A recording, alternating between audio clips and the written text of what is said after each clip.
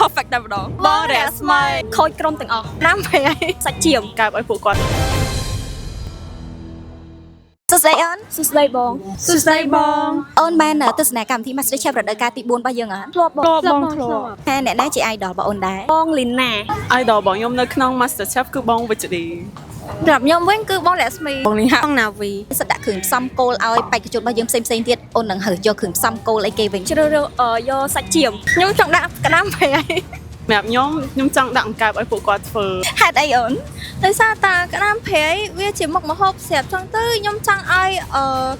ខាងគេហ្នឹងធ្វើជាមុខម្ហូបថ្មីផ្សេងទៀតចេញពីក្តាមព្រៃហ្នឹងចឹងទៅខ្ញុំគិតថាវាពិបាកនឹងធ្វើចេញមួយទៀតដោយសារវាជាមុខម្ហូបស្រាប់ហ្នឹងដោយសារតែសាច់ជាមពិបាកចំអិនហើយវាក្លិនខ្លាំង ដោយសារតែអង្កែបភាគច្រើនគេធ្វើតឆាក្តៅឬក៏ខងអង្កែបឬក៏អង្កែបបោកអញ្ចឹងខ្ញុំចង់ឲ្យពួកគាត់ឆ្នៃអង្កែបទៅជាមុខម្ហូបអឺរ៉ុបហើយនឹងមានរូបរាងដែលស្រស់ស្អាត ការប្រកួតជាក្រុមហើយនិងការប្រកួតរៀងខ្លួនអូនគិតថាការប្រកួតមួយណាដែលពិបាក គាត់ដែលពិបាកគឺក្រុមបង ហេតុអីដែរអូន ដោយសារតែបើសិនតែមានអ្នកប្រហែលមួយគឺខូចក្រុមទាំងអស់ គួរជាដោយខ្លួនឯងហើយនឹងជាក្រុមវាម្យ៉ាងម្នាក់ពួកអីពេលខ្លះនៅពេលដែលយើងប្រកួតតែឯងយើងត្រូវការជំនួយអីចឹងទៅនៅពេលដែលយើងតែឯងឬក៏ចិត្ត10ម៉ោងអីចឹងវាអាចនឹងហេហាអីចឹងតែពេលយើងប្រកួតជាក្រុម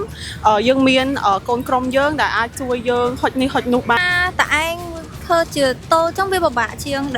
ដោយសារតែខ្ញុំគិតថានៅពេលដែលយើងធ្វើតែឯងចឹងទៅយើងពិបាកនឹងបែងចែកពេលវេលាអីចឹងពេលខ្លះយើងអាចនឹងកាត់ពេលវេលាវាតិចពេកឬក៏វាច្រើនពេកអីចឹងទៅវាសល់ពេលឬក៏វាខ្វះខាតពេលចឹងទៅវាពិបាកដល់ខ្លួនឯងហើយយើងអត់មានអ្នកគេដែលអាចមកជួយយើងបានជាក្រុមក៏ល្អខ្លួនឯងក៏ល្អមានន័យថាពេលដែលគាត់ប្រកួតជាក្រុមហ្នឹងគឺគាត់បាន express គំនិតរបស់គាត់ចូលហើយប៉ុន្តែបើគាត់ធ្វើការជាក្រុមគឺគេផ្ដុំគំនិតចូលគ្នាមានន័យថាធ្វើឲ្យចានមកគាត់ហ្នឹងរត់តែស្អាត ក្រុមវារៀងពិបាកថងថាយើងត្រូវហាវាលិតដល់ជីវបានច្រើនយើងប្រកួតក៏តែយើងតែឯងទៅវារៀងពិបាកចង់ត្រូវការរួមគំនិតគ្នាចង់ជួនកាលឲ្យមានការជួបគ្នាតិចតួចតែការប្រកួតទាំងពីរវាដូចវាល្អទាំងពីរ អូនឯងគិតថាបេក្ខជនណាដែលមានការតុបតែងចានតាក់ទាញជាងគេ ខ្ញុំគាត់ថាបងម៉ៃឡាងគឺ idol ខ្ញុំ ខ្ញុំដូចគ្នា idol ខ្ញុំ ថាបងលិហាដោយសារតែគាត់ជា idol របស់ខ្ញុំដែរខ្ញុំមានអារម្មណ៍ថាគាត់ creativity ខាងមែនតើចង់និយាយថាពេលវេលាគាត់ធ្វើម្ហូបបានល្អហើយគាត់តុបតែងចានបានល្អទៀតទៅ perfect តែម្ដង បងរស្មីនិយាយទៅខ្ញុំស្រៀងជំរឿនគាត់តែអស់គ្នាស្រៀងគ្នា បើអូនជា fan នៃកម្មវិធី MasterChef ចឹងអូនដឹងអត់ថាក្រុមហ៊ុនណាដែលជាម្ចាស់ឧបត្ថម្ភផ្ដាច់មុខនៃកម្មវិធី ក្រុមហ៊ុនខ្មែរ Beverages Cambodia